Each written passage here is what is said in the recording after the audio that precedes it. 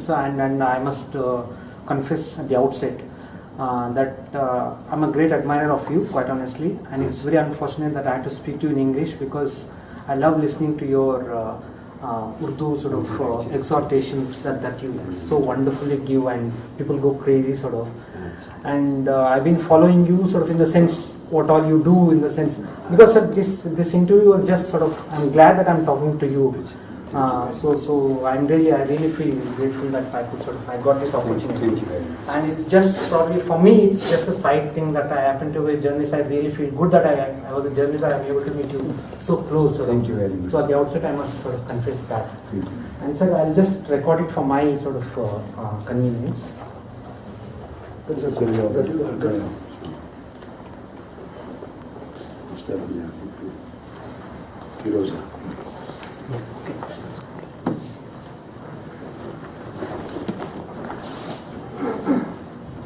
Sir, this sort of fatwa has been spoken about. I think I read a fair bit after sort of I came to know about this. Should we call it a book, or is it just a fatwa? Sir, how do you go about it? Both words are correct. Okay. Of course, this is a book, and fatwa is its subject. Right. Or its title. Fatwa on terrorism and suicide bombing is the title of the book. Right. Okay. And sir, how do you? Fatwa is a juristic word, technical, right. and jurisprudential word. So that is given to this book as a title. It deals with the subject which has been discussed. Right. So if you could tell me a little bit about the amount of research that, I'm sure that probably you didn't need any reference of any book or whatever, maybe because the way you speak out of memory, sort of, you just probably pick a book just to quote to the people. As I see you know what's there in the book, but still you pick up that book and say, in this page this is written, sort of, right? So sir, what amount of research did you want to do for this book, sort of, so to speak? I think I have consulted more than 1,000 books in order to codify this fatwa. Okay. That is the background research. And a couple of hundreds books as bibliography I have already mentioned here. Because in order to write this kind of edict, this is a juristic verdict. So I consulted, and I have to consult everybody. The whole of Holy Quran, first of all. And then all classical, authoritative commentaries written on Quran.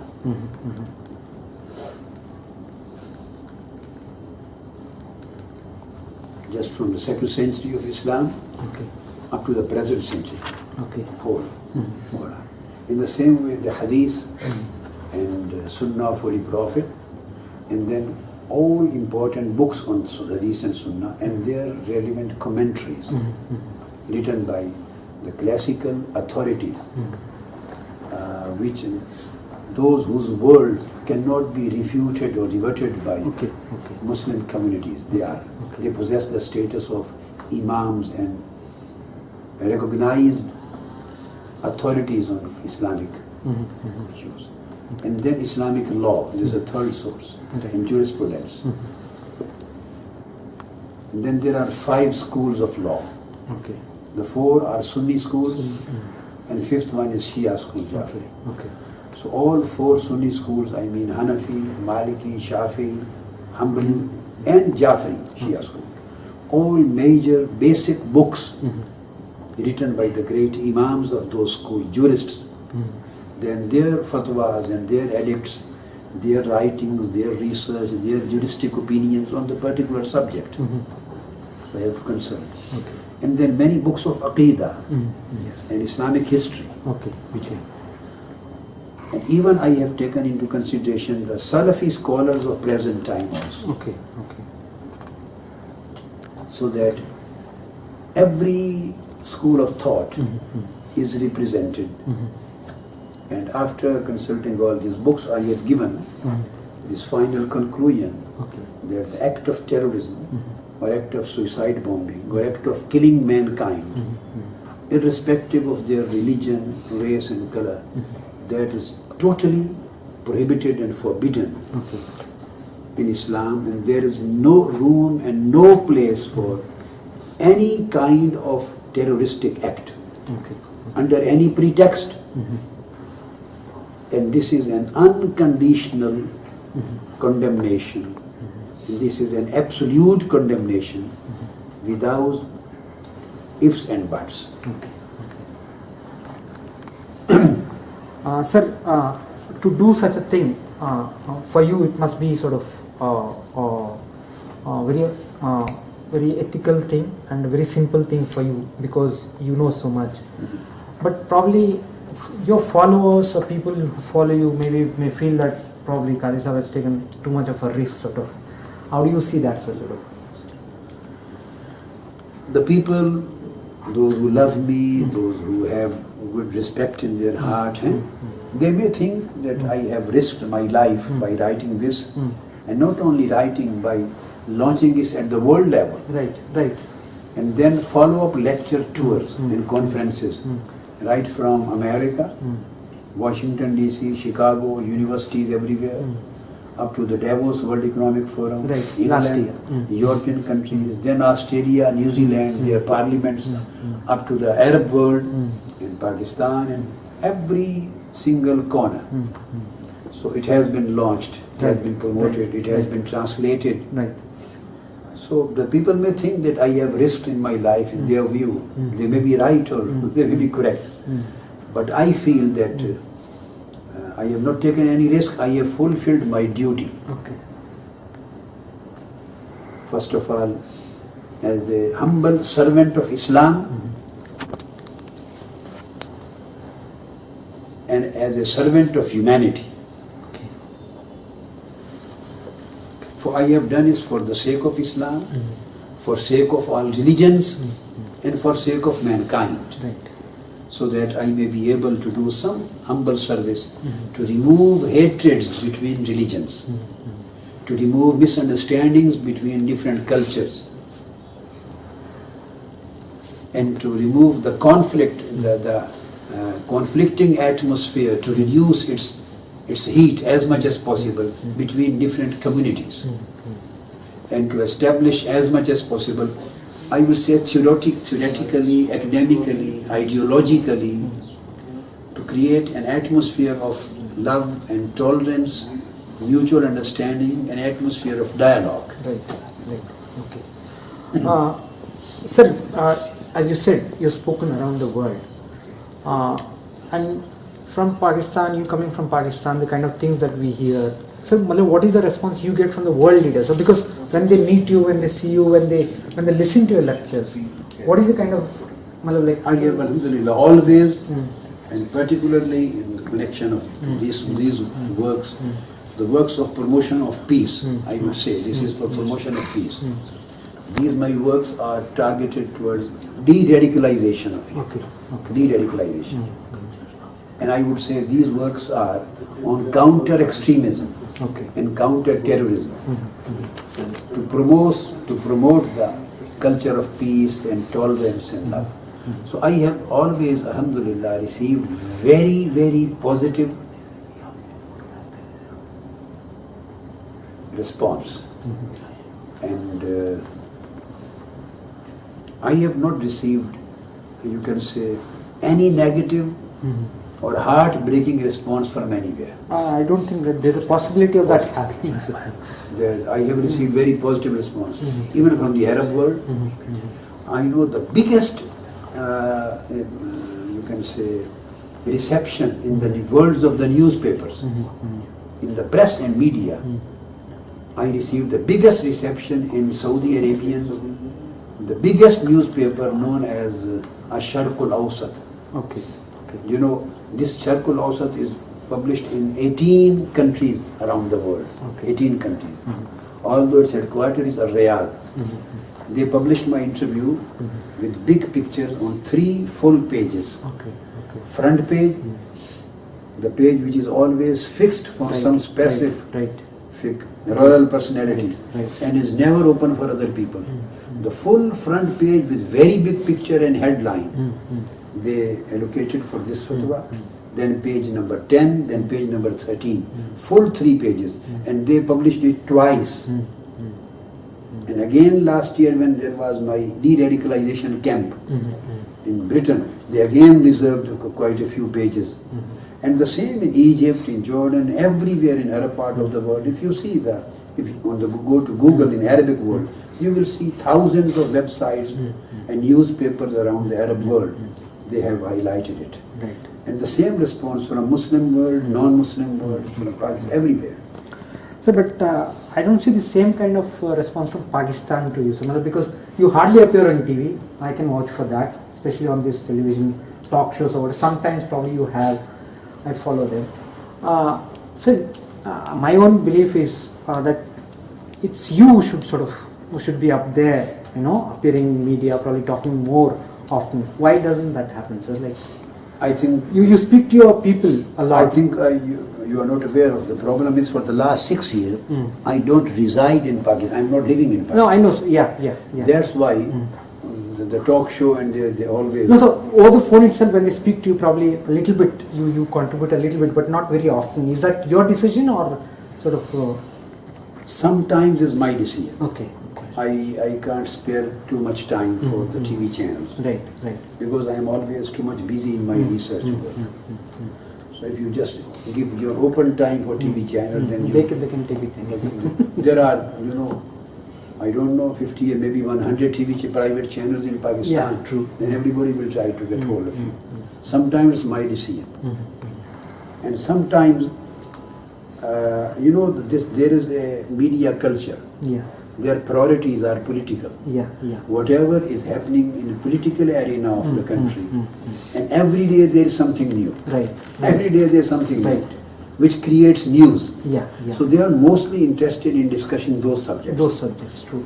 I never allow them. I never comment on the recent or ongoing political issues. Right. I never comment on that. That's a good thing. So that's why I'm not. You don't find me in most of the TV talk shows and channels there, because they are discussing, for example, the policies of Asif Zardari and Nawaz Sharif. They are talking on the subject of People's Party and what now the new policy of non League. They are talking of now what is about the Imran Khan, what is the PTI, what is now the policy of MMA, or what is the policy of ANP and MQM, what is happening about, you understand? Yeah, absolutely. The Supreme Court matter and this and that. But I don't comment on these issues. This is my policy. Okay. So it means the subject which they want to discuss, I'm not available. That's hardly to there. them. Yeah. This is. But sir, you also been a politician, so to speak. But now have you left it behind, sir? Yes, totally. Why, I sir? resigned from Pakistani Parliament when I was member of Parliament. When was that? In 2000, probably 2004. Okay.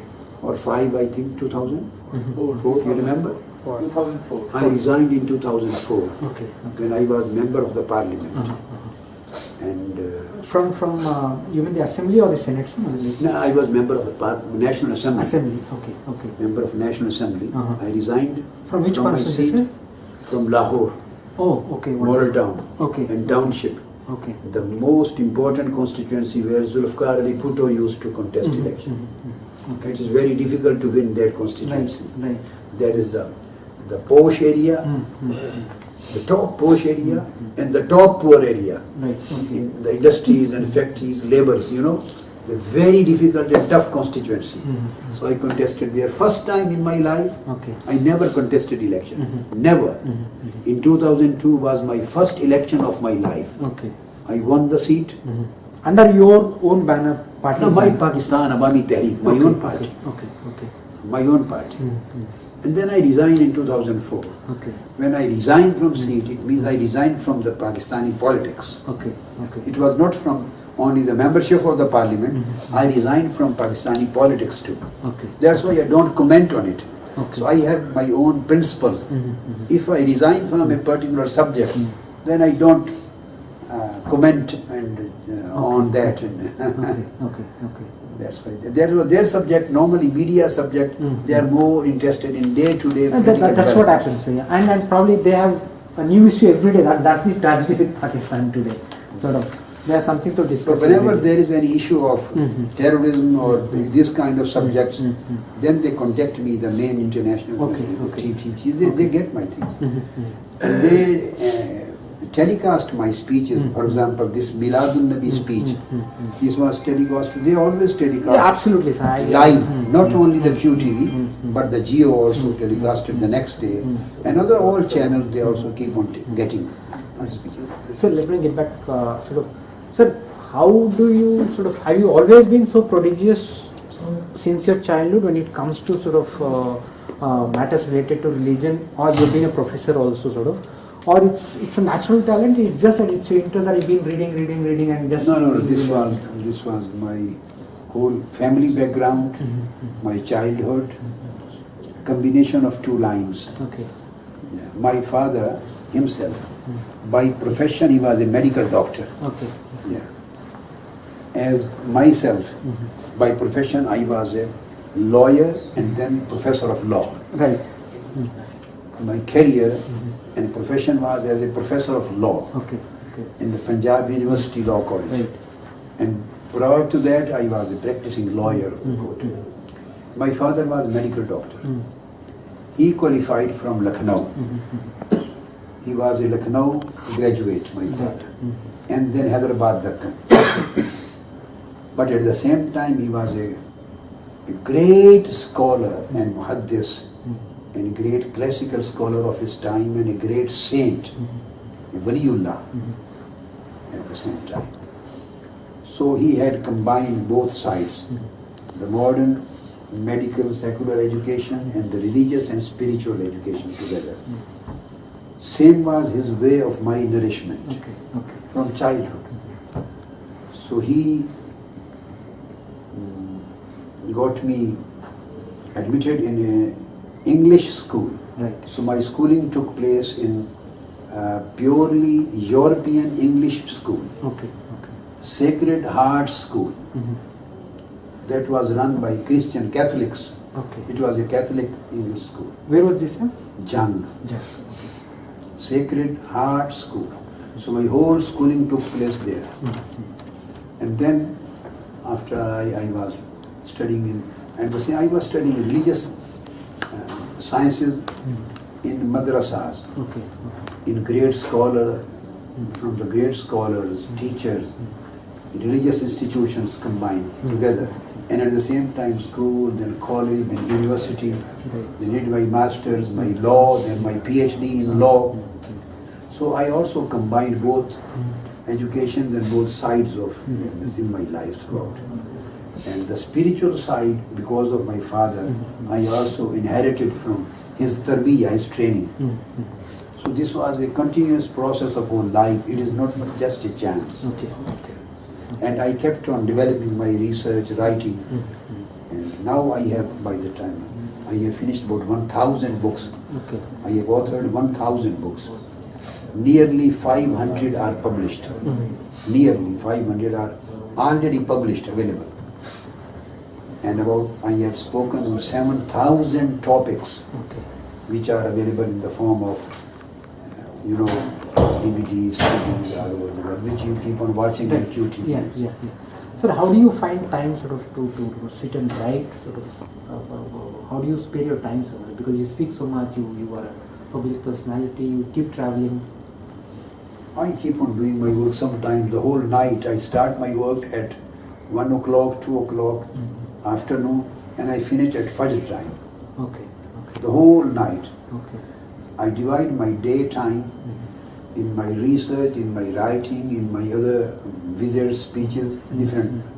But I exclusively spend my whole night, even for my worship or for my writing and research, up till 5. This has been, with exceptions of my few days or months or times when I am not feeling well, according to the instructions of doctors. But this has been the practice of my whole life. So for how long do you sleep? Even if I am traveling, I never sleep during it. If my flight is for whole night, but from the boarding to landing, I keep on reading. Whole night, 8 hours flight, I keep on reading. I close my book when the flight lands in your country.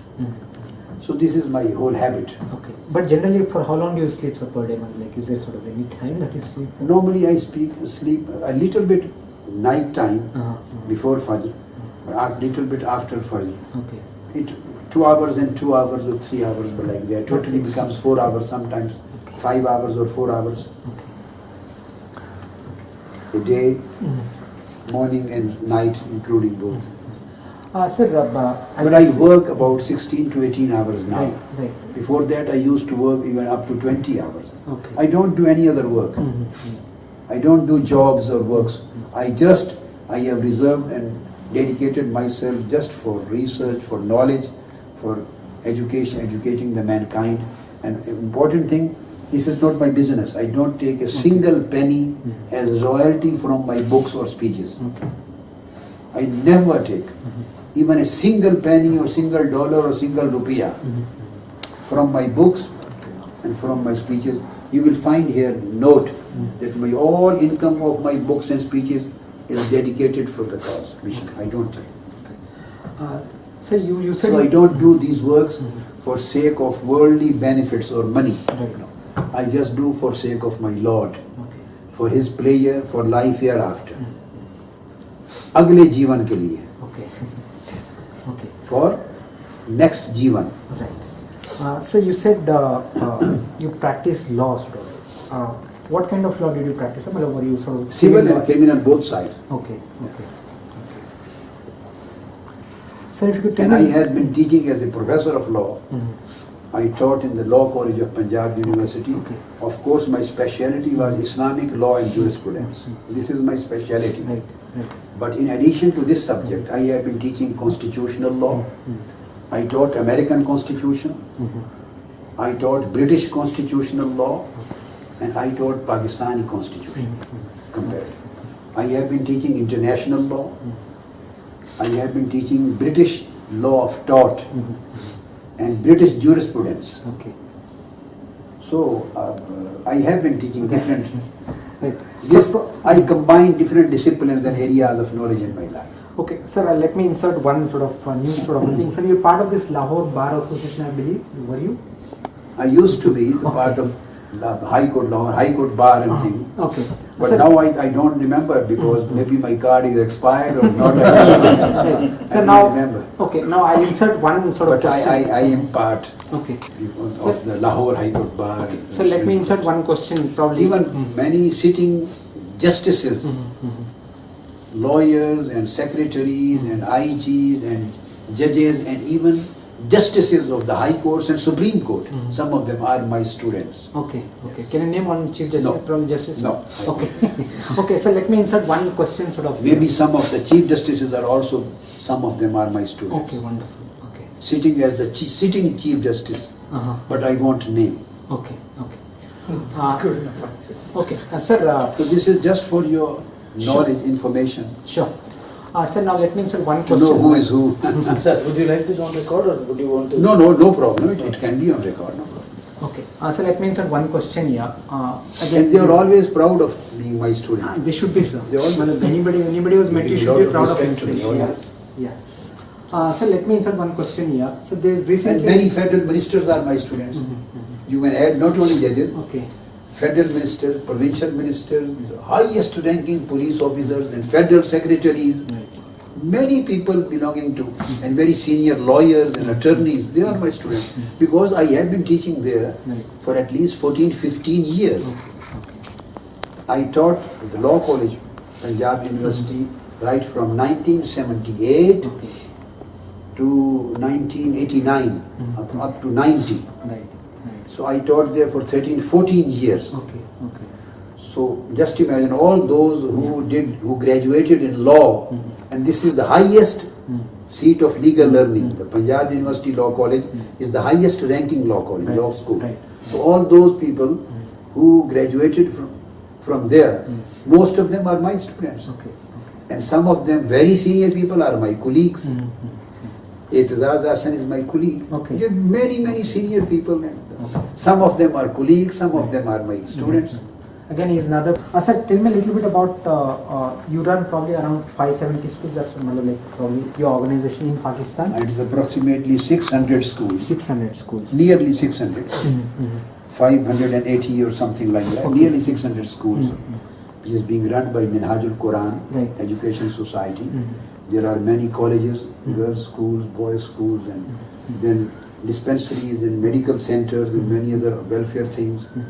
And then there are centers in around 100 countries around the world, outside too. All these are the volunteer, the works which we are doing for the mankind. That's why our organization has been given a special status of consultant by UNO. Okay. You can find it on the internet. You should be, sir, yeah. So if they have been given by UNESCO, UNO, special consultant status.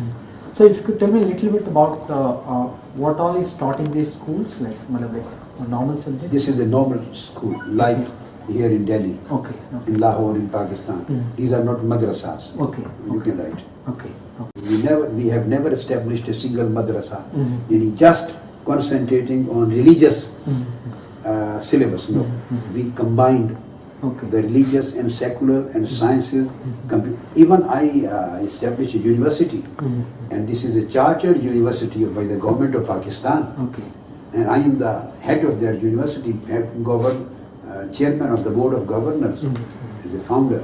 So we have chemistry, physics, computer sciences, and management sciences, and all disciplines, secular and religious. Sir, everything is taught in our school. Sir, now let me come to the interstate relations sort of. My interest is this, sir. We present probably a little bit of distorted history according to our historians taught in schools sort of. Probably the same is the case with Pakistan, about India, about what is taught in schools. Because I was really fascinated a few years back when there was a dispute between Japan and China, saying that what you are teaching in your schools about us and what China is teaching in Japan's schools. So I was wondering, sir, should we sort of, for better relations, we should have a system from schools itself where what is right should be taught about each other. This would be very good. This would be very ideal for all states. That we should take an honest stand. I'm not talking of Pakistan or India. You understand? I deny to comment on the syllabi taught in India and Pakistan. Asla. Khairiyat? He is DG Police, Director General of Police of Bangalore. Mr. Hafiz Qadri, sitting present. Director General of Police Bangalore. So then I should talk to him in Kannada probably, because I am a Kannada. Canada? Sir, Kannada. Sir, now Bengaluru, but illi Delhi in sir. So I'm not commenting on the syllabi being taught in India and Pakistan. So this is my denial. The basic thing on principle, I will say that all countries, the aspect of discipline, of syllabi, they should be developed in a very positive way, in an international perspective, and a true, honest, historical perspective should be given about the whole history of the world, every nation. So the outcome, as a result, the people should come up with a good, positive mind, not with biased mind full of hatreds. This should be carried out everywhere.